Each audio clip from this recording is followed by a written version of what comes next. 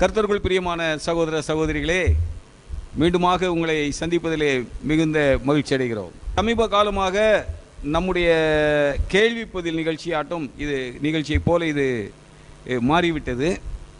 இருந்தாலும் பரவாயில்லை. ஒருவருக்கு ஏற்படக்கூடிய சந்தேகங்கள் மற்றவர்களுக்கு ஏற்படக்கூடாது என்று அர்த்தமல்ல. சிலர் தங்களுடைய சந்தேகங்களை வெளிப்படையாக கேட்பார்கள், சிலர் தங்களுடைய சந்தேகங்களை வெளிப்படையாக கேட்க மாட்டார்கள்.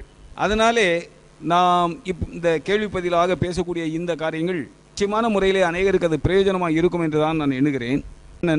ரொம்ப லேப்டாப்போடு வந்து உட்காந்துக்கிங்க, லேட்டஸ்ட்டாக என்ன மேட்ரு லேப்டாப்லாம் கையில் வச்சுக்கிட்டு நம்முடைய கேள்வி பதில் நிகழ்ச்சி நிறைய பேருக்கு பிரயோஜனமாக உள்ளதாக தான் இருக்குதுன்னு தெரிய வருகிறது. சரி, ஏன்னா நம்ம யூடியூப்பில் பார்த்துட்ருக்கோம், கமெண்ட்ஸ் நிறைய பேர் நிறைய கேள்வி பதில் கொடுத்துட்ருக்காங்க. சரி சரி. இப்போ அதில் ஒரு சகோதரர் முக்கியமாக ஒரு கேள்வி கேட்டிருக்காரு. சரி, அதை பற்றி தான் உங்கள்கிட்ட அதுக்கான விளக்கத்தை கேட்கலான் இருக்கேன். சரி சரி. அதாவது நம்ம சகோதரர் ஒருத்தர் கேள்வி கேட்டிருக்காரு நம்முடைய போன மெசேஜை பற்றி. சரி. அதாவது இது தேவையற்ற காணொளி, இது உங்களின் ஆவிக்குரிய முதிர்ச்சியற்ற தன்மையைத்தான் காட்டுகிறது. சரி. 1 மணி நேரத்திற்கு மேலாக பார்ட் 1 அண்ட் பார்ட் 2 இப்படி ஒரு காணொளி வெளியிட வேண்டிய அவசியம் இல்லை. சரி. ஒரு விமர்சனத்தை கூட பொறுக்க மனமில்லாமல் பொங்கி எழுந்திருக்கிறீர்கள். ஆண்டவர் இயேசு கிறிஸ்துவுக்கு எதிராக பலர் தவறாக பேசிய போது அவர் அமைதியாக வாய் திறவாமல் இருந்தார். நீங்களோ கோபத்தின் உச்சத்திற்கே போய்விட்டீர்கள். சரி. 51 வருடங்கள் பல முறை வேதத்தை படித்து என்ன பயன்? கர்த்தராகிய இயேசு கிறிஸ்துவின் சிந்தை கொஞ்சமும் உங்களிடத்தில் இல்லை. அந்த பெண் பேசியது தவறுதான், ஆனால் அதற்கு பதிலாக நீங்கள் நடந்து கொண்ட விதம் மதியினமே. அடேங்கப்பா. சரி, அந்த சகோதரனுக்கு நம்முடைய நன்றியை நாம் தெரிவித்துக் கொள்கிறோம். பல முறை இல்லை சகோதரா, பல 100 முறை நான் வேதத்தை படித்திருக்கிறேன். ஆனால் நான் இன்னும் மெச்சூர்ட் ஆகலைங்கிறீங்க நீங்கள். அது உங்களுடைய கருத்து, அதற்கு நான் மறுப்பு சொல்வதற்கு இல்லை. நீங்கள் என்ன பண்ணுறீங்க, ஒன்று ஒன்றா படிங்க. அவர் என்ன சொல்கிறாருங்கிறத ஒன்று ஒன்றா படிங்க. இது தேவையற்ற காணொளி, இது தேவையற்ற காணொளின்னு நீங்கள் சொல்லிட்டீங்க பிரதர். உங்களுக்கு இது தேவையில்லாதது. ஏனென்றால் உங்கள் கருத்தோட இது ஒத்துப்போகலை, அதனால இது உங்களுக்கு தேவையில்லாத காணொளி. ஆனால் இது வரைக்கும் நாங்கள் ஒரு 110 பிரசங்கம் கொடுத்துருக்குறோம். எங்களை பொறுத்தவரை சத்தியத்தை அறிந்து கொள்ள வேண்டும் என்கின்ற வாஞ்சை உள்ள ஒவ்வொரு சகோதரனும் இது தேவையானது. இன்னும் சொல்லப்போனால் அவர்கள் எதிர்பார்த்ததற்கு கர்த்தர் கொடுத்த பலன் என்றெல்லாம் நிறைய பேர் சொல்கிறாங்க, ஃபோன் பண்ணுறாங்க, எல்லாம் செய்கிறாங்க. இது தேவையற்றது நீங்கள் சிந்தித்தால் நான் அதுக்கு ஒன்றும் சொல்கிறதுக்கு இல்லை. உங்களுக்கு இது தேவையற்றது என்றால் விட்டு விடுங்கள். உங்களை நீங்கள் கட்டாயம் இதை பார்க்கணும், கமெண்ட் கொடுக்கணும்னு நாங்கள் ஏதாவது கேட்குறோமா? இஷ்டப்பட்டால் பாருங்கள், இஷ்டம் இல்லைன்னா விட்டுடுங்க. தேவைன்னா பாருங்கள், தேவையில்லைன்னா விட்டுடுங்க. இதில் என்ன இருக்குது கட்டாயத்துக்கு? அப்புறம் இது உங்களின் ஆவிக்குரிய முதிர்ச்சியற்ற தன்மையைத்தான் காட்டுகிறது. என்ன பண்ணுறது தம்பி, நீங்கள்லாம் சின்ன வயசுலேயே ஆவிக்குரிய காரியங்களில் முதிர்ச்சி அடைஞ்சிட்டீங்க. எனக்கு 70 வயசு ஆகுது, நான் இன்னும் முதிர்ச்சி அடையலை. அது அவங்கவுங்களுக்கு ஆண்டவர் கொடுத்த வரம் தம்பி. அவனவனுக்கு பகிர்ந்தது எப்படியோ, அளந்தது எப்படியோ, அப்படியே அவனவன் அதில் நிலைத்திருக்க வேண்டும் என்று கொரிந்தியரில் நம்ம படிக்கிறோம். ஏதோ ஆண்டோடைய சித்தம் 70 வயசானால் கூட நீ ஆவிக்குரிய முதிர்ச்சி அடையலைப்பாங்கன்னு ஆண்டவர் சொன்னால் நான் என்ன பண்ண முடியும்? ட்ரை பண்ணிக்கிட்டு இருக்கேன். நானும் முதிர்ச்சி அடையணும்னு தான் ட்ரை பண்ணிக்கிட்டு இருக்கேன். ஆனால் நீங்கள் சின்ன வயசுலேயே முதிர்ச்சி அடைஞ்சிட்டீங்க போல். கர்த்தருக்கு ஸ்தோத்திரம் தம்பி. நான் இன்னும் முதிர்ச்சி அடையலைன்னா நான் உங்களுடைய ஆலோசனைக்கு நன்றி. முதிர்ச்சி அடையிறதுக்கு நான் ட்ரை பண்ணுறேன். 1 மணி நேரத்திற்கு மேலாக பார்ட் 1 அண்ட் 2 இப்படி ஒரு காணொளி வெளியிட வேண்டிய அவசியம் இல்லை. காரணம் அவசியம் இல்லைன்னு நீங்கள் சொல்லிட்டீங்க. எங்கள் பார்வையில் அது அவசியமாக இருந்தது. ஏன்னா அந்த ஒரு சின்ன பிள்ளை அது ஏகப்பட்ட பேச்சை வெளியிட்டிருக்கா. அந்த பிள்ளைக்கு வந்திருக்கிற சந்தேகங்கள்லாம் ரொம்ப வித்தியாசமான சந்தேகங்கள். அந்த பிள்ளை சொல்லக்கூடிய கருத்துக்கள்லாம் வித்தியாசமான கருத்துக்கள். இப்போ அந்த பிள்ளைக்கு மட்டும்தான் அது போல் ஒரு உணர்வுகள் வந்திருக்கும்னு நினைக்கிறீங்களா? அந்த பிள்ளையை போல் எவ்வளோ பேர்களுக்கு அதே சிந்தனைகள் வந்திருக்கலாம். இந்த ஆள் பெந்தகோஸ்தேக்காரனை போட்டு திட்டுறாரு, ஊழியக்காரனை போய் திட்டுறாரு, யானை பூனைன்னு சொல்லி எத்தனையோ பேருக்கு இந்த சந்தேகங்கள் வந்திருக்கும். ஏனென்றால் இவர்களெல்லாம் பிரெயின் வாஷ் பண்ணப்பட்டிருக்காங்க. இவர்களுடைய மூளை செலவை செய்யப்பட்டிருக்கிறது. இவங்களுக்கு நம்ம எண்ணத்தை போட்டாலும் அதில் எந்த விதமான பிரயோஜனமும் இருக்காது. அப்போது ஓரளவுக்காவது நம்ம என்ன பண்ணுறோம், தெளிவற்றவர்களை தெளிவாக்கணும் அப்படிங்கக்கூடிய ஒரு வாஞ்சையை கர்த்தர் நமக்கு கொடுத்திருக்கிறார். எதுக்காக இந்த ஊழியத்தை கர்த்தர் செய்ய சொல்லி நம்மளை அனுமதித்தார்? சத்தியம் அறியாத ஜனங்களுக்கு அல்லது சத்தியத்தை பற்றிய சந்தேகம் உள்ள ஜனங்களுக்கு அந்த சத்தியங்களை நம்ம பகிர்ந்து கொடுக்கணும், அவங்களுக்கு புரிய வைக்கணுங்கிறது தான். இப்போ நம்ம வந்து நீங்கள் தேவையற்ற வீடியோஸ் 2 போட்டுட்டோம் அப்படிங்கிறீங்க, 2 இல்லை 3 போட்டிருக்கிறோம், நீங்கள் தேவையில்லாததுங்கிறீங்க. ஆனால் நாங்கள் என்ன எண்ணத்தில் போட்டோம்னா, சின்ன வயசுலேயே இந்த பிள்ளைக்கு இவ்வளோ ஆங்காரம் இருக்குதே, அகங்காரம் இருக்குதே, இந்த பிள்ளையுடைய முடிவு, இந்த பிள்ளையுடைய வாழ்க்கை எப்படி இருக்கும், இந்த பிள்ளையுடைய வருங்காலம் எப்படி இருக்கும் அப்படின்னு அந்த பிள்ளை மேலே ஒரு அக்கறை, இந்த பிள்ளையை எப்படியாவது திருத்தணும், இந்த பிள்ளை வந்து இது போல் அகங்காரமாக ஆங்காரமாக யாரையும் பேசக்கூடாது, சத்தியத்தை அறியாமலேயே தான் ரொம்ப சத்தியம் அறிஞ்சா போல் அந்த பிள்ளை பில்டப் கொடுக்குது, அது அந்த பிள்ளைக்கு நல்லதில்லை. அதனால் வேண்டிய ஆலோசனைகளை நம்ம கொடுத்தா ஒரு வேளை இந்த பிள்ளை திருந்ததுக்கு வாய்ப்புண்டுங்கிறதுக்காக தான் இந்த 2 வீடியோ நாங்கள் டைம் ஸ்பெண்ட் பண்ணோம். மற்றபடி அவளுக்கு அந்த பிள்ளைக்கு பதிலுக்கு பதில் நம்ம பேசணும் அப்படிங்கிறதெல்லாம் எங்களுடைய எண்ணம் அல்ல. ஆனால் அந்த பிள்ளை இன்னும் திருந்திருக்குமாங்கிறது சந்தேகம் தான், அது வேறு விஷயம். அடுத்து நீங்கள் என்ன கேட்க விரும்புகிறீங்க? என்னப்பா கேட்குறாரு தம்பி? ஒரு விமர்சனத்தை கூட பொறுக்க மனமில்லாமல் பொங்கி எழுந்திருக்கிறீர்கள். ஐயோ ஐயோ, நம்ம பொங்கலையே, கடல் பொங்கினா போல் நம்ம எங்கே பொங்குறோம், நம்ம ஷேரில் தானே உட்காந்துருக்கோம், பொங்கி எழுந்துட்டேங்கிறாரு. நான் எப்போ எந்திரிச்சின்னு நான் பேசினேன், ஷேரில் உட்காந்துட்டு தானே பேசுகிறேன். விமர்சனங்களை பொறுத்து கொள்ள முடியலைன்னா ஒருவன் பொது வாழ்க்கைக்கு வரக்கூடாது. இப்போ இது வந்து ஆன்மீகம், நம்முடைய கிறிஸ்தவர்கள் மாத்திரமல்ல, இதை இஸ்லாமியர்கள் பார்ப்பாங்க, இந்துக்கள் பார்ப்பாங்க, புத்த மதத்தை சேர்ந்தவங்க பார்ப்பாங்க, எல்லாருமே பார்ப்பாங்க. ஒரு பொது வாழ்க்கைன்னு வந்தாச்சுன்னா எல்லாருமே அவரவர்களுடைய கருத்துக்களை சொல்லுவாங்க. அதை தாங்கிக் கொள்ள மனமில்லை என்று சொன்னால் பொது வாழ்க்கைக்கு வரக்கூடாது. இப்போ அந்தம்மா, நான் திரும்பவும் சொல்கிறேன், அந்த பிள்ளை நன்மைக்காக தான் நாம் இந்த பதில்களை சொல்லி கொண்டு இருக்கிறோமே தவிர நமக்காக அல்ல. நம்முடைய ஆண்டவரை திட்டா நம்மளை திட்டிட போகிறாங்க, அதான் நம்ம மெசேஜிலே சொல்லியிருக்கோமே, பச்சை மரத்துக்கு இவைகளை செய்தால் பச்சை மரத்துக்கு என்ன செய்ய மாட்டார்கள்னு ஆண்டவர் சொன்ன வார்த்தை நாம் அறியாதது அல்ல. அதனால் தம்பி, விமர்சனத்தை தாங்க எங்களால் முடியலைன்னு சொல்லாதீங்க. அந்த விமர்சனம் மதீனமான விமர்சனமாக, அந்த விமர்சனம் பைத்தியக்காரத்தனமான விமர்சனமாக இருக்கும் பொழுது நாங்கள் அதை அப்படியே விட்டுட்டு கடந்து போயிருக்கலாம், நமக்கு என்ன இது அப்படின்ட்டு. ஆனால் அந்த ஆத்மாவில் மேலே எங்களுக்கு ஒரு அக்கறை இருக்கிறதுனால, ஒரு ஆத்மா உலகத்தை விட பெரியது, ஆனால் அந்த ஆத்மா அழிவுக்கு போயிடக்கூடாதே அப்படிங்கக்கூடிய நல்ல நோக்கத்தோடு தான் அந்த விமர்சனத்துக்கு நாங்கள் பதில் கொடுக்குறோமே தவிர விமர்சனங்களை எதிர்கொள்ள தாங்கிக் கொள்ள சக்தியற்றவர்கள் அல்ல. ஏன்னா விமர்சனங்கள் வரும் என்பது எங்களுக்கு தெரியும். வேற என்ன சொல்கிறாரு? ஆண்டவர் இயேசு கிறிஸ்துவுக்கு எதிராக பலர் தவறாக பேசிய பொழுது அவர் அமைதியாக வாய் திறவாமல் இருந்தார். நீங்களோ கோபத்தின் உச்சத்திற்கு போய்விட்டீர்கள். நான் திரும்ப சொல்கிறேன் தம்பி, இந்த கற்பனை தான் இன்றைக்கி கிறிஸ்தவங்களுக்கு 30 பேருக்கும் இருக்குது. ஆண்டவர் வந்து கோபப்படவே இல்லை, சாந்த சொருபியாக இருந்தார். இவங்க ஆண்டவருக்காக வக்காலத்து வாங்குறாங்க. அடுத்தாப்புல தங்களுடைய முட்டாள்தனத்தை, மதியினத்தை மறைக்கிறதுக்கு இதுபோல் வார்த்தைகளை இவங்க சொல்கிறாங்க. நம்முடைய உறவினர்களாகட்டும், நம்ம வீட்டில் உள்ள மனைவியே இருக்கட்டும், நீங்கள் அந்த அம்மா தவறு செய்கிறப்போ ஏதாவது கொஞ்சம் கோவப்பட்டீங்கன்னா அந்த அம்மா அடுத்த வார்த்தை என்ன சொல்லுவாங்க? ஆமாம், பைபிளை தூக்கிக்கிட்டு சர்ச்சுக்கு வேற போகிற ஞாயிற்றுக்கிழமை ஆனால் இங்கே பாரு, வீட்டில் பாரு, என்ன கோபம் பாரு, ஆண்டவர் இப்படியா கோவப்பட்டார். அந்த சமையல் அறையில் இருக்க அந்த ஸ்திரிக்கும் இந்த சகோதரனுக்கும் என்ன வித்தியாசம்? அந்த ஸ்திரீ பாவம் சமையல் அறையில் இருக்கா, அவள் எதோ செவி வழி செய்தியா, ஆண்டவர் ரொம்ப அன்பின் சுருபி, சாந்த சுருபி அப்படின்னு அந்த அம்மா கேள்விப்பட்டிருப்பாங்க. அதனால் கணவன் கொஞ்சம் கோவப்படுறப்போ அந்த அம்மா இது போலாம் சொல்லுவாங்க. இப்போ அந்த சகோதரிக்கும், அந்த ஹவுஸ் ஒய்ஃப் வீட்டில் உட்காந்து பாத்திரம் கழுவிக்கிட்டு சமையல் பண்ணிக்கிட்டு இருக்க அந்த ஸ்திரீக்கும் இந்த சகோதரனுக்கும் என்ன வித்தியாசம்? எந்த வகையில் இவர் அந்த ஹவுஸ் ஒய்ஃபை விட உயர்ந்தவராக இருக்கார்? இப்போது கேட்டுக்கொண்டு இருக்கிற உங்கள் எல்லாருக்கும் இவருடைய கருத்துக்கள் தவறானது என்பதை நான் புரிய வைக்க வேத புத்தகத்திலிருந்து சில எடுத்துக்காட்டுகளை நான் சொல்லுகிறேன் பாருங்கள். முதலாவது மத்தேயு 12வது அதிகாரத்தில் வசனம் 38 39 கொஞ்சம் வாசிங்க தம்பி. மத்தேயு 12வது அதிகாரம் 38 39 வசனம். அப்பொழுது வேத பாரகர்களும் பரிசேயர்களும் சிலர் அவரை நோக்கி, போதகரே, உம்மால் ஒரு அடையாளத்தை காண விரும்புகிறோம் என்றார்கள். அவர்களுக்கு அவர் பிரதித்திரமாக, இந்த பொல்லாத விபச்சார சந்ததியார் அடையாளத்தை தேடுகிறார்கள், ஆனாலும் யோனா தீர்க்கதரிசியின் அடையாளமின்றி வேறே அடையாளம் இவர்களுக்கு கொடுக்கப்படுவதில்லை. இதில் என்ன நீங்கள் புரிந்து கொள்கிறீங்க? ஆண்டவர்கிட்ட வந்து ஐயா கொஞ்சம் நீர் தேவனிடத்திலிருந்து வந்தவர், நீர் தேவனுடைய குமாரன் என்று சொன்னால் நாங்கள் விசுவாசத்திலே பலகீனமானவர்களாக இருக்கிறோம், ஏதாவது கொஞ்சம் ஒரு அடையாளம் காட்டுங்க அப்படின்னு கேட்குறாங்க. யூதர்கள் அடையாளத்தை தேடுகிறார்கள், கிரேக்கர் ஞானத்தை தேடுகிறார்கள், யூதர்கள் அடையாளத்தை தேடுகிறார்கள். நம்முடைய ஆண்டவரே சொல்லியிருக்கிறார். ஆண்டவருடைய கூற்றின்படி தான் அவங்க அங்கே ஆக்ட் பண்ணாங்க.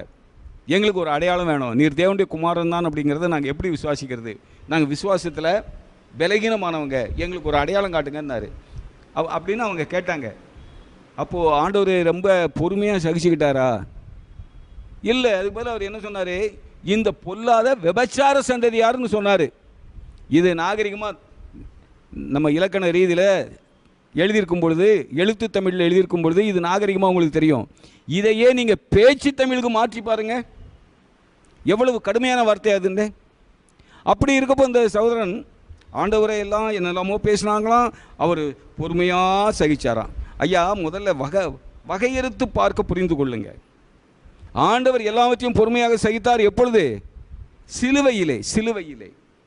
அவருடைய ஜீவியத்திலே அல்ல, அவர் சிலுவையிலே தான் எல்லாத்தையும் பொறுமையாக சகித்தார். ஜீவியத்திலே பொறுமையாக சகித்தார்னு சொல்ல முடியாது. மத்தேயு 14வது அதிகாரத்தை எடுத்துக்கிட்டிங்கன்னா, 14வது அதிகாரத்தில் 5.2 மீனை கொண்டு 5000 பேரை போஷித்த நிகழ்ச்சி நடந்தது. அப்போது அந்த அவர் கொடுத்த போஜனத்தை எல்லாம் சாப்பிட்ட மக்கள்லாம் என்ன நினச்சாங்க? இவரை ராஜாவாக்கிடணும், இவரை நம்ம ராஜாவாக்கிட்டால் நமக்கு கவலை இல்லாத சாப்பாடு கிடைக்கும் அப்படின்னு எல்லாரும் நினச்சி அவரை ராஜாவாக்குறதுக்கு பிரயாசப்பட்டாங்க. அவருடைய உள்ளத்தை அறிந்த கர்த்தர் என்ன பண்ணார்? அவர்களை விட்டு கடந்து போய்விட்டார். அவர்களை விட்டு கடந்து போனோடனே சரி இனிமே அக்கறைக்கு நம்ம போகலாம், போதகர் இல்லை நம்ம அக்கறைக்கு போகலான்ட்டு சீஷர்களுக்கு மட்டும் தனியாக என்ன பண்ணுறாங்க? கடலில் பயணம் பண்ணிக்கிட்டு இருக்காங்க, அனதர் சைடு போகிறதுக்கு. அப்படி பயணம் பண்ணிக்கிட்டு இருக்கிறதுக்கு அவங்களுடைய இருதயம் எப்படி இருக்கும்? ஐயோ, நல்ல வாய்ப்பு நம்ம போதகர் தவற விட்டார், போதகர் ராஜா வாக்கியிருந்தாங்கன்னா நம்மளாம் மந்திரிகளாக இருந்திருக்கலாம், அப்படி இருந்திருக்கலாம், இப்படி இருந்திருக்கலாம், ஐயோ வாய்ப்பு போச்சே அப்படின்னு சொல்லி அவங்க இருதயம் பலவாறாக சிந்தித்து கொண்டு இருந்தது. இப்போது நீங்கள் ஒருவேளை ஒரு சந்தேகம் கேட்கலாம், அவரை ராஜாவாக்க முயற்சி பண்ணினார்கள்னு நீங்கள் எதை வச்சு சொல்கிறீங்க? பாருங்கள், யோவானுடைய சுவிசேஷ புத்தகம் 6வது அதிகாரம் 14-15 2 வசனங்கள் வாசிங்க. யோவான் 6வது அதிகாரம் 14-15 வசனம். இயேசு செய்த அற்புதத்தை அந்த மனுஷர் கண்டு, மெய்யாகவே இவர் உலகத்தில் வருகிறவான தீர்க்கதரிசி என்றார்கள். ஆதலால் அவர்கள் வந்து தம்மை ராஜாவா ஆக்கும்படி பிடித்து கொண்டு போக மனதாய் இருக்கிறார்கள் என்று இயேசு அறிந்து மறுபடியும் விலகி தனியே மலையின் மேல் ஏறினார். இப்போ ஆண்டவர் அவர்கள் தன்னை ராஜாவாக்கி ஆக்க வேண்டும் என்று பிடித்து கொண்டு போக மனதாய் இருக்கிறார்கள் என்று அறிந்தார் என்று எழுதியிருந்தால் இது 100% சரியாக இருக்குமா? இருக்காதா? ஆண்டவர் எதையாவது தப்பாக அறிவாரா? இப்போ ராஜாவாகக்கூடிய சந்தர்ப்பத்தை தவிர்ப்பதற்காக அவர்களை விட்டு விலகி ஆண்டவர் மலையின் மேல் ஜெபம் பண்ண போயிட்டார். சீசர்கள் என்ன பண்ணாங்க? சீசர்கள் சாயங்காலமான போது 16-17 வாசிங்க. அதே அதிகாரம் 6வது அதிகாரம் 16-17 வசனம். சாயங்காலமான போது அவருடைய சீசர்கள் கடற்கரைக்கு போய் படவில் ஏறி கடலின் அக்கறையில் உள்ள கப்பர்நமுக்கு நேராய் போனார்கள். அப்பொழுது இருட்டாயிருந்தது, இயேசுவும் அவர்களிடத்தில் வராதிருந்தார். அவர்கள் அக்கறைக்கு போய்விடலாம் என்று சொல்லி படகில் ஏறி கடலிலே பயணம் பண்ணுகிறார்கள். அப்படி பயணம் பண்ணும் பொழுதுதான் இவருடைய இருதயமெல்லாம் அந்த ராஜாவாக இருக்கலாம், நம்ம மந்திரியாக இருக்கலாம், நம்ம அப்படியே அந்த கனவுலே போயின்னு இருக்கு. அப்போ அந்த கனவை மாற்றி அமைப்பதற்காக தான் அவர்கள் பயணம் பண்ண அந்த கடல் கொந்தளித்தது, படகு கவிழத்தக்க ஒரு நிலைமை ஏற்பட்டது. இப்போ அவங்களுடைய சிந்தனையெல்லாம் நம்ம ராஜாவாக இருக்கலாங்கிறதுல போகுமா, இந்த கடல் கொந்தளிப்பிலிருந்து எப்படி தப்புவதுங்கிறதுல போயிருக்குமா? அவர்களுடைய இருதயத்தின் சிந்தனைகளை திசை திருப்பும்படியாக அந்த சமாச்சாரம் நடந்தது. தன்னுடைய பிள்ளைகள் அதிகமாக சோதிக்கப்படுவதை கர்த்தர் ஒருபோதும் விரும்புவதில்லை. அதிகமாக திராணிக்கத்தக்கதாக திராணிக்கு மேலாக நீங்கள் சோதிக்கப்படுவதை கர்த்தர் அனுமதிப்பதில்லை. அதனால் அவர் என்ன பண்ணார்? இனியும் இவங்களை போட்டு அழுது மாரடிச்சிட வேண்டாம், நம்ம போகலாம் அப்படின்னு சொல்லிட்டு வேறு படகுகள் அங்கே இல்லை. அதனால் கடலிலே நடந்து ஆண்டவர் அவர்களுடைய இடத்தில் வருகிறார். அவர்கள் அவிசுவாசம் எந்த மனிதனுடைய இதயத்திலும் பொல்லாத அவிசுவாசம் இருக்கும். ஆவேசம் என்று சொல்லி அவர்கள் அலறுகிறார்கள். அப்பொழுது ஆண்டவர் சொல்கிறார், பயப்படாதீர்கள், நான் தான் என்கிறார். அப்போது நம்ம பேதுரு சொல்கிறார், ஆண்டவரே நீரே ஆனால் நான் ஜலத்தின் மேல் நடந்து வரும்படியாக எனக்கு கட்டளையிடும். ஆண்டவர் என்ன சொன்னார்? சரி வா வா, என்னிடத்திலே வா, நீ கடலிலே நடந்து என்னிடத்திலே வா. இப்போ பேதுரு தைரியமாக கடலில் இறங்கிட்டு ஆண்டவரை மாத்திரம் அவர் பார்த்திருந்தால் கட்டாயமாக அவர் நடந்து போய் ஆண்டவருடைய கரங்களை பிடித்திருப்பார். அவர் என்ன பண்ணார்?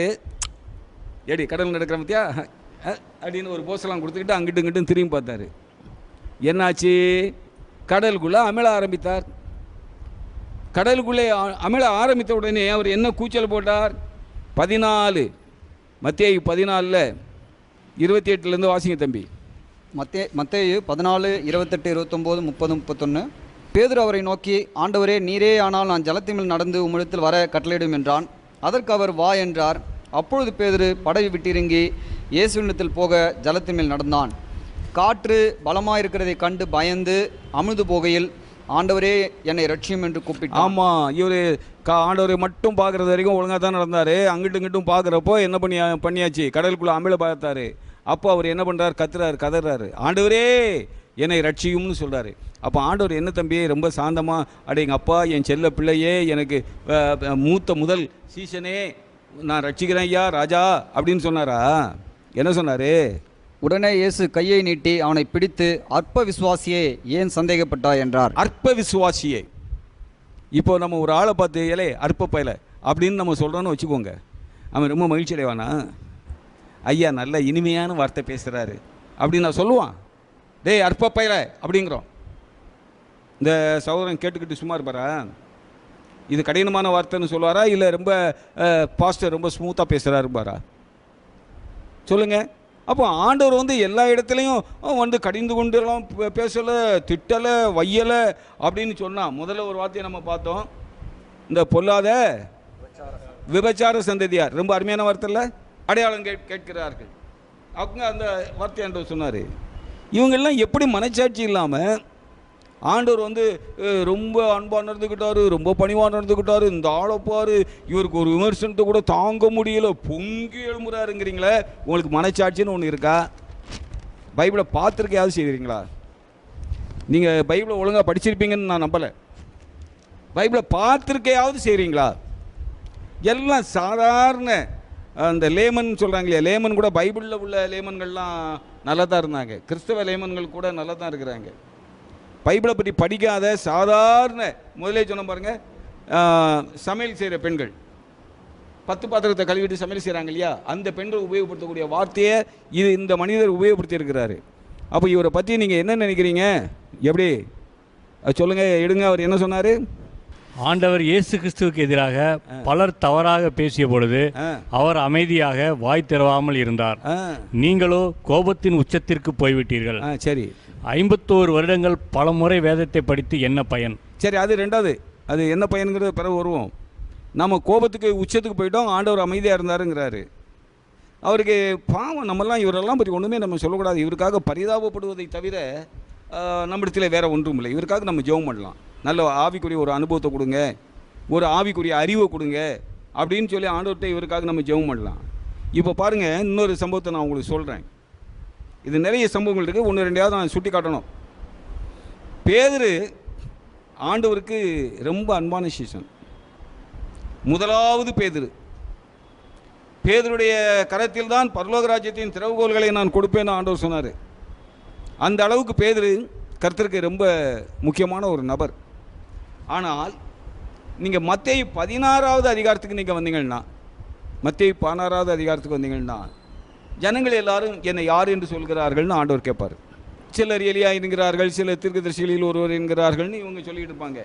அப்போது நீங்கள் என்னை யார் என்று சொல்கிறீர்கள் அப்படின்னு ஆண்டவர் கேட்பார். மத்தேயு 16 வசனம் 17 வாசிங்க, 15 16வது அதிகாரம் 15 16வது வசனம். அப்பொழுது அவர், நீங்கள் என்னை யார் என்று சொல்லுகிறீர்கள் என்று கேட்டார். சீமோன் பேதுரு பிரதித்திரமாக, நீர் ஜீவனுள்ள தேவனுடைய குமாரனாகிய கிறிஸ்து என்றான். வாசிங்க. இயேசு அவனை நோக்கி, யோனாவின் குமாரனாகிய சீமோனே, நீ பாக்கியவான், மாம்சமும் இரத்தமும் இதை உனக்கு வெளிப்படுத்தவில்லை, பரலோகத்தில் இருக்கிற என் பிதா இதை உனக்கு வெளிப்படுத்தினார். மேலும் நான் உனக்கு சொல்லுகிறேன், நீ பேதுருவாயிருக்கிறாய், இந்த கல்லின் மேல் என் சபையை கட்டுவேன், பாதாளத்தின் வாசல்கள் அதை மேற்கொள்வதில்லை. பரலோகராஜ்யத்தின் திறவுகோல்களை நான் உனக்கு தருவேன். பூலோகத்திலே நீ கட்டுகிறது எதுவோ அது பரலோகத்திலும் கட்டப்பட்டிருக்கும், பூலோகத்திலே நீ கட்டழிப்பது எதுவோ அது பரலோகத்திலும் கட்டவிழ்க்கப்பட்டிருக்கும் என்றார். இதை விட மேன்மையான வாசகங்கள் ஒரு மனிதனுக்கு உண்டா? இல்லை. நீ நன்மை செய்தால் நன்மை, தீமை செய்தால் தீமை. இவர் நல்ல ஒரு ஸ்டேட்மெண்ட் கொடுத்தார். இவரை பற்றி ஆண்டவர் ரொம்ப புகழ்ச்சியாக பேசினார். அது மாத்திரமல்ல, பரலோக ராஜ்யத்தின் திறவுகோல்களை நான் உனக்கு தரேன்னு சொன்னார். ஆனால் கொஞ்ச நேரத்துக்குள்ளே பாருங்கள், 21வது வசனத்திலிருந்து வாசிங்க. 16வது அதிகாரம் 21 முதல். அது முதல் இயேசு தாம் எருசலேமுக்கு போய் மூப்பராலும் பிரதான ஆசாரியராலும் வேத பாரகராலும் பல பாடுகள் பட்டு கொலையுண்டு 3ஆம் நாள் எழுந்திருக்க வேண்டும் என்பதை தம்முடைய சீஷர்களுக்கு சொல்ல தொடங்கினார். அப்பொழுது பேதுரு அவரை தனியே அழைத்து கொண்டு போய், ஆண்டவரே, இது உமக்கு நேரிடக்கூடாதே, இது உமக்கு சம்பவிப்பது இல்லை என்று அவரை கடிந்து கொள்ள தொடங்கினான். அவரோ திரும்பி பேதுருவை பார்த்து, எனக்கு பின்னாக போ சாத்தானே, நீ எனக்கு இடரலாக இருக்கிறாய். தேவனுக்கு ஏற்றவைகளை சிந்தியாமல் மனுஷருக்கு ஏற்றவைகளை சிந்திக்கிறாய் என்றார். பேதுரு ஒரு அருமையான ஸ்டேட்மெண்ட்டை கொடுத்தாரு. அப்போ ஆண்டவர் சொன்னார், நீ பேதுருவாய் இருக்கிறாய், இந்த கல்லின் மீது என் சபையை கட்டுவேன். நீ ஒரு பாறை, ராக், இந்த கல்லின் மீது என் சபையை கட்டுவேன். அதாவது நீ சொன்ன சத்தியத்தின் மீது. அவ்வளவாக புகழ்ந்தார். பரலோக ராஜ்யத்தின் திறவுகோல்களை நான் உனக்கு தருகிறேன், பூமியிலே நீ எதை கட்டுகிறாயோ அது பரலோகத்திலும் கட்டப்பட்டு இருக்கும், பூலோகத்திலே நீ எதை கட்டவிழ்கிறாயோ அது பரலோகத்திலும் கட்டவிழ்க்கப்பட்டோம். இவ்வளோ பெரிய பிரமாதமான ஒரு நல்ல வார்த்தைகளை வேற யாருமே கேட்டுக்க மாட்டாங்க. பேதுரு அப்படி கேட்டார். அடுத்த நிமிஷமே பேதுரு ஆண்டவரை கடிந்து கொள்ள தொடங்கினார்.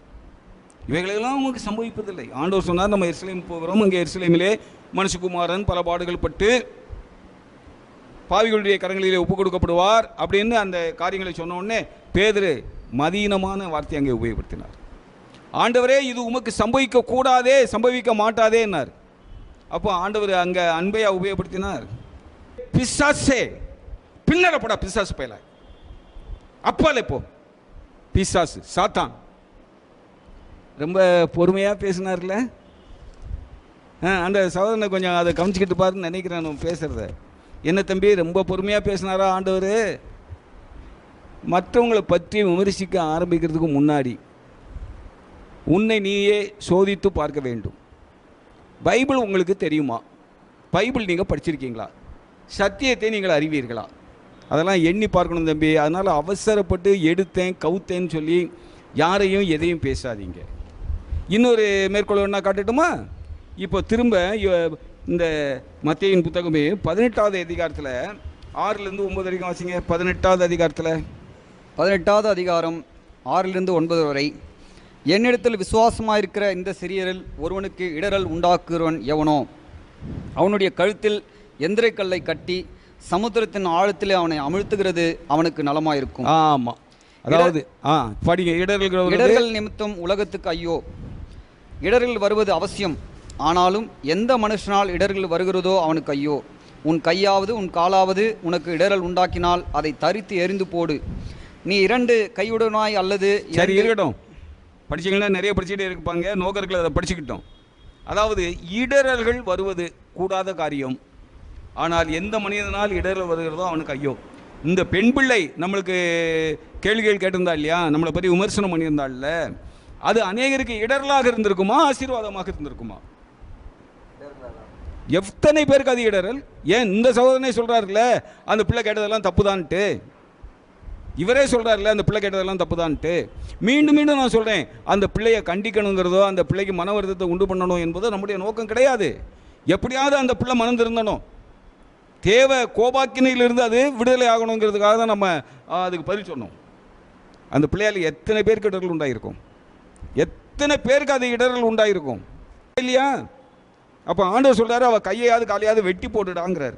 கை உனக்கு இடர்கள் உண்டாக்கினால் தரித்து போடு, உன் கால் உனக்கு இடர்கள் உண்டாக்கினால் தரித்து போடு. அப்போ ஆண்டவர், நான் அப்படி கூட சொல்ல, ஆண்டவர்லாம் சொல்கிறாரு, அப்படி இடர்கள் உண்டாக்கினால் உனக்கு எந்த அவயம் உனக்கு இடர்கள் உண்டாகிறதோ அந்த அவயத்தை நீ வெட்டி போடு அப்படிங்கிறாரு. அப்போ இந்த ஒரு பிள்ளையால், இந்த ஒரு பொம்பளை பிள்ளையால் ஏகப்பட்ட கர்த்தருடைய பிள்ளைகளுக்கு இடர்கள் உண்டாகுதுன்னா அப்போ இந்த பிள்ளையை என்ன பண்ணணும்னு ஆண்டவர் சொல்கிறாரு. ஆண்டவருடைய வார்த்தையோடு என்னுடைய வார்த்தைகளை கம்பேர் பண்ணுறப்போ நான் என்ன கோபத்தில் பொங்கி எழுந்துட்டேனாக்கும்? நான் உண்மையான சத்தியத்தை சொல்லி எவ்வளோ இது போலாம் பண்ணாத, ஒழுங்குக்கிரமாக இருக்க பாருன்னு சொன்னேன், அவ்வளோதானே. அது இந்த தம்பிக்கு அப்படி ஆகிப்போச்சாக்கும். இன்னும் இந்த சப்ஜெக்டில் பார்ப்போம்னா, யோவான் 2வது அதிகாரத்தில் கர்த்தர் தேவாலயத்திற்குள் பிரவேசித்தார் இல்லையா? ஆமாங்க. அப்போது அந்த தேவாலயத்தில் அவர் பிரவேசிக்கும் பொழுது அங்கே கண்ட காட்சி 15வது வசனத்தை வாசிங்க. யோவான் 2:15. யோவான் 2வது அதிகாரம் 14-15 வசனம்.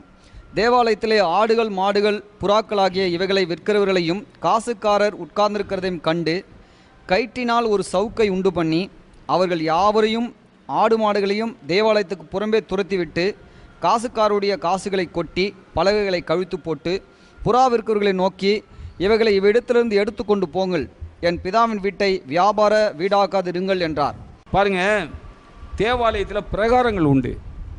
முதல்ல யூதர்களுக்கு உண்டான பிரகாரம் உள்ள, அதுக்கு அடுத்தாப்புல அதுக்கு வெளியே வாங்கினா பெண்களின் பிரகாரம், அதுக்கும் வெளியே வந்தீங்கன்னா புரஜாதியாருடைய பிரகாரம்.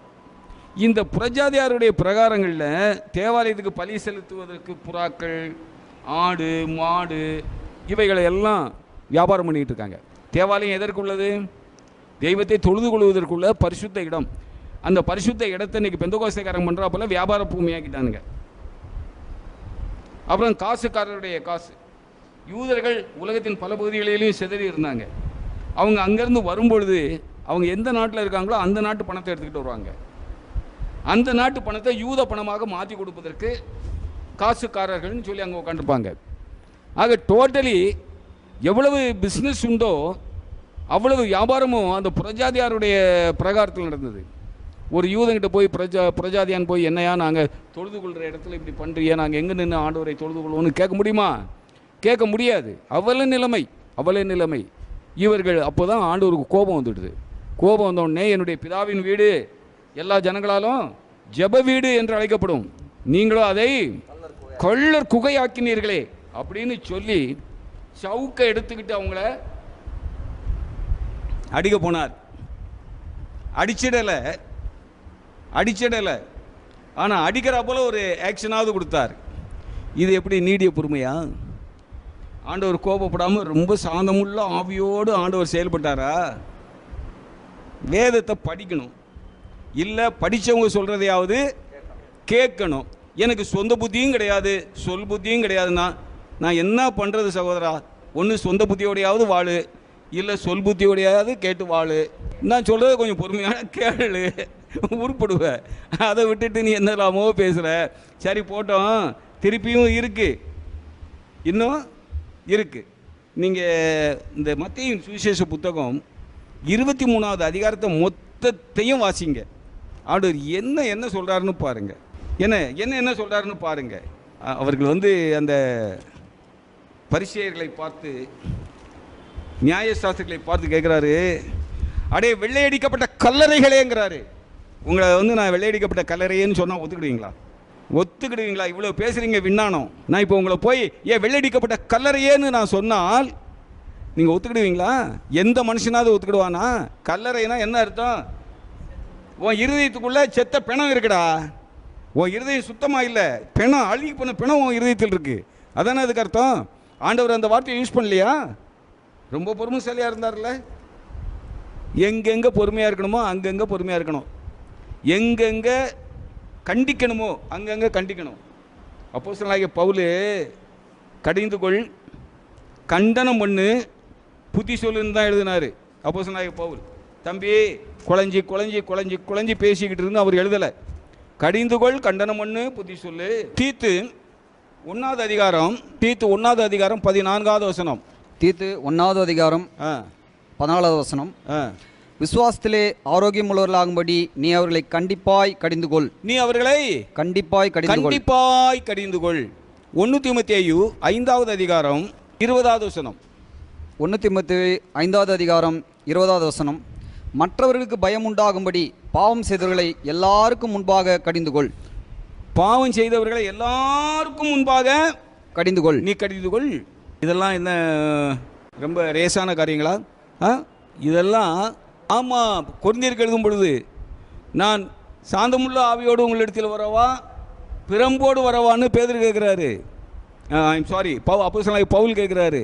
இப்படி நான் சொல்லிக்கிட்டே போகிறதா இருந்தால் ஏராளமான காரியங்களை நான் சொல்லிக்கிட்டே போக முடியும். சரியா? அப்போ லூக் இன்னும் 2 வசனங்களை மட்டும் உங்களுக்கு நான் மேற்கோள் காமிச்சிட்டு நான் கன்க்ளூஷனுக்கு வரேன். லூக்காவின் சுவிசேஷம் 13வது அதிகாரம் 31, 32, 33. 13, 31, 32, 33.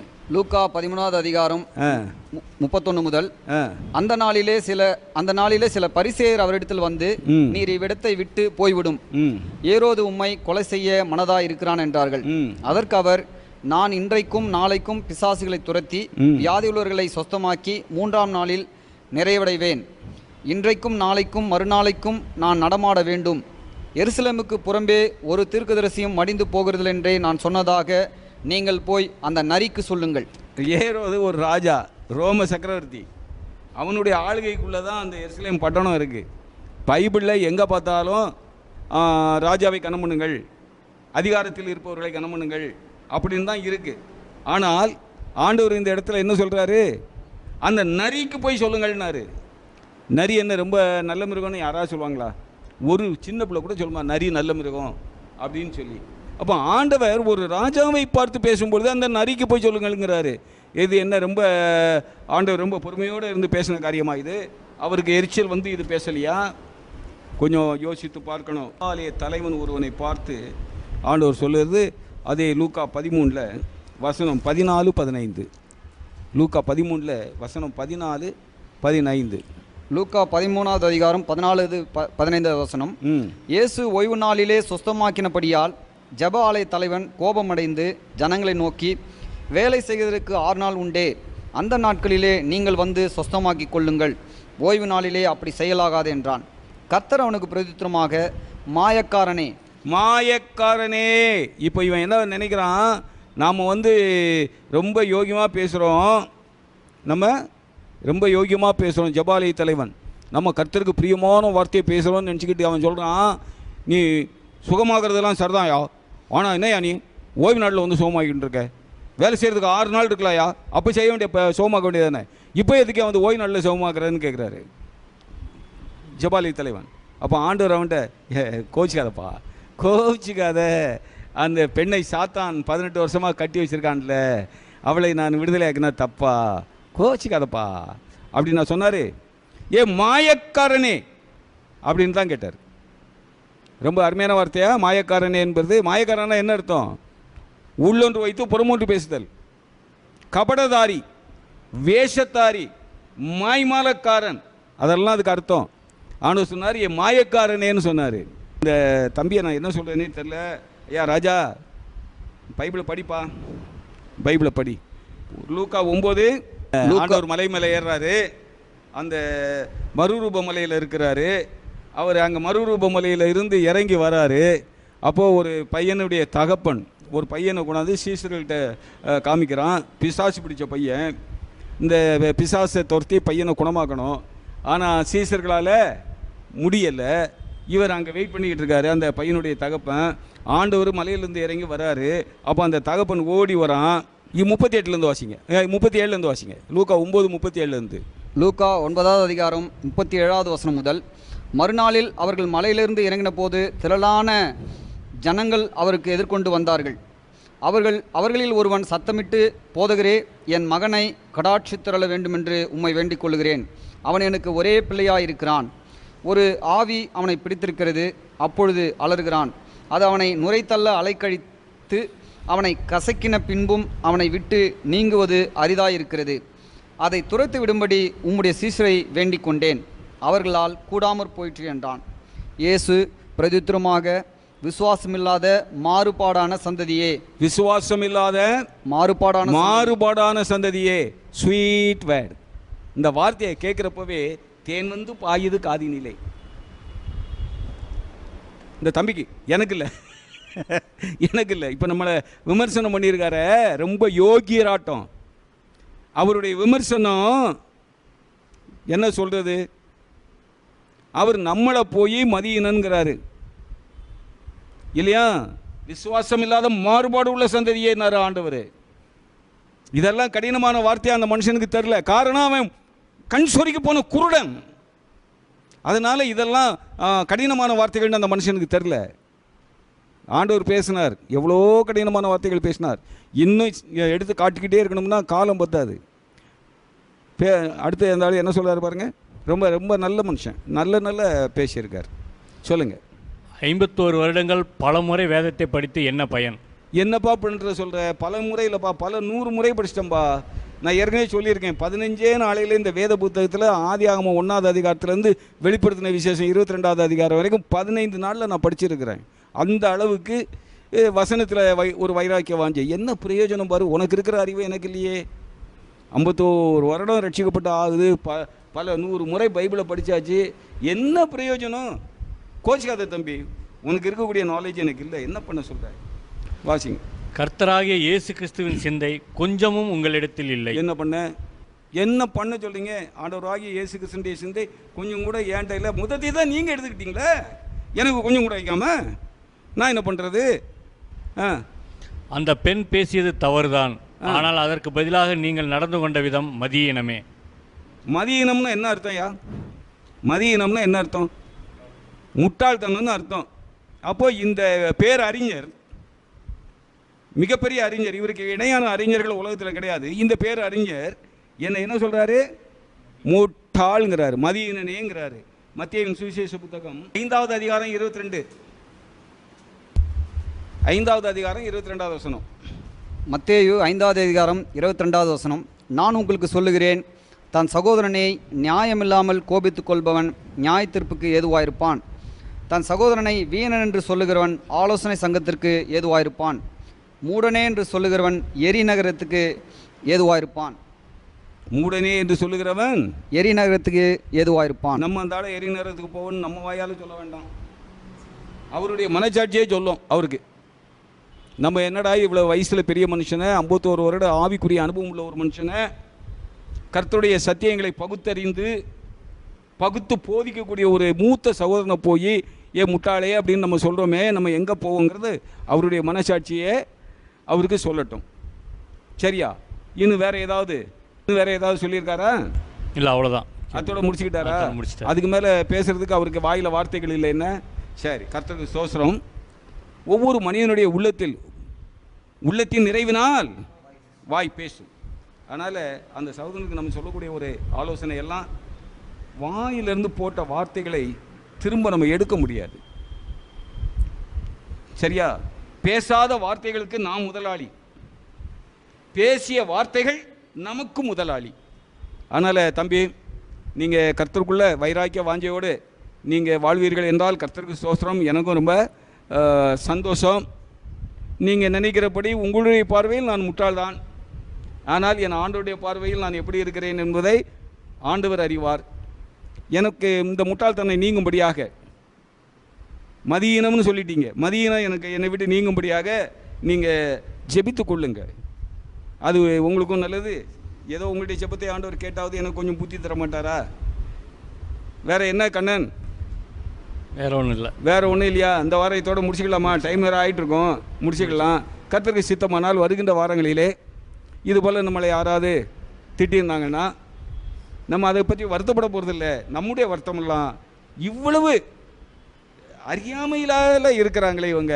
பாருங்கள், மரம் நல்லது என்றால் அதன் கனியும் நல்லது என்று அறியுங்கள், மரம் கெட்டது என்றால் அதன் கனியும் கெட்டதாகத்தான் இருக்கும். நல்ல மனிதன் தன்னுடைய இருதயமாகிய நல்ல பொக்கிஷத்திலிருந்து நல்லவைகளை எடுத்து காட்டுகிறான். பொல்லாத மனிதன் தன் இருதயமாகிய பொல்லாத இருதயத்திலிருந்து பொல்லாதவைகளை எடுத்து காட்டுகிறான். அவனுடைய வார்த்தையை வைத்து அவன் நல்லவனா கெட்டவனா என்பதை நாம் அறிந்து கொள்ள முடியும். ஆண்டவருடைய நாமத்திற்கு அபகீர்த்தி உண்டு பண்ணும்படியாக யார் யார் நடந்து கொள்கிறார்களோ அவர்களையெல்லாம் கடிந்து கொள்வதில், கண்டிப்பதில் எந்த விதமான தவறும் இல்லை. அது நமக்கு ஆண்டவர் கற்றுக் கொடுத்த பாடம். அப்போஸ்தலனாகிய பவுல் சொன்ன பாடம், நீ கடிந்து கொண்டு கண்டனம் பண்ணி புத்தி சொல்லி, அப்போ தான் மற்றவங்களுக்கு பயம் உண்டாகும்னு சொன்னார். அதையும் நம்ம படித்தோம் இல்லையா? அதனால் அருமையான சகோதரர்களே, சகோதரிகளே, நம்முடைய இந்த பிரயாசம் உங்களுக்கு பயனுள்ளதாக இருக்கும் என்று எண்ணுகிறோம். இன்றைக்கு நாம் இதோட இந்த பகுதியை நிறைவு செய்துவிட்டு அடுத்த வாரம் மற்றொரு சப்ஜெக்ட் எடுத்து நம்ம பேசுவோம். தேவனுடைய கிருபை நம்மை தாங்கிக் கொள்ளட்டும். கர்த்தருடைய நாமம் மகிமைப்படட்டும். உங்கள் ஒவ்வொருவரையும் கர்த்தர் தாமே ஆசீர்வதிப்பாராக. ஆமேன்.